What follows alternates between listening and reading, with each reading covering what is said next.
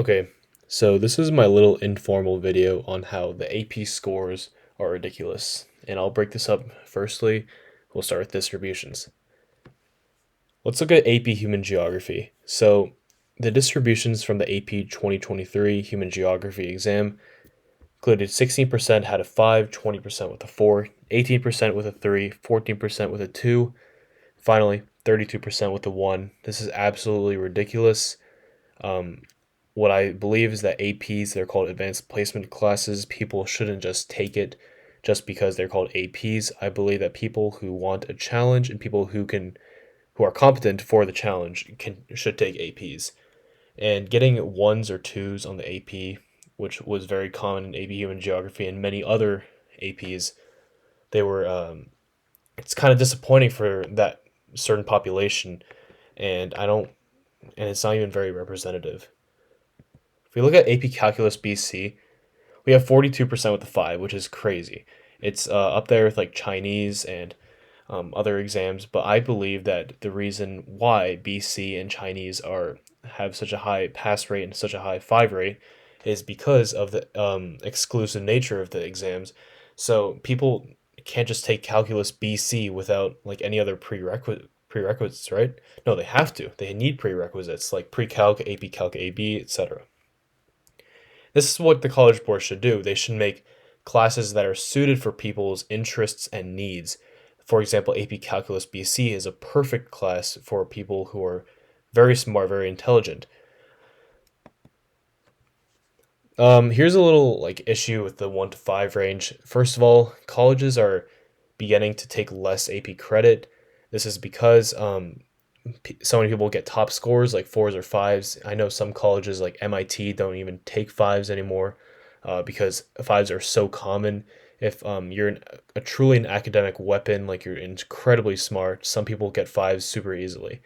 Um, Another problem is that with scores from 1 to 5, you won't really know if you got a really good 5. For example, if you got like a 99%, you won't get a perfect score, but you'll just get a 5 and you won't know like how well you did, how well the 5 was. Or if you got a 4, then you don't know, oh, how close was I to a 3 or to a 5? And basically the whole point is that it's not really representative of your actual knowledge for the test. Um, if you look at Albert Calculator and other things, you only need like 50 to 60% accuracy to get a 5. So honestly, I don't believe that the APs really demonstrate how much you know. One of the biggest College Board grievances, this is something they definitely need to fix, is they are not for profit company.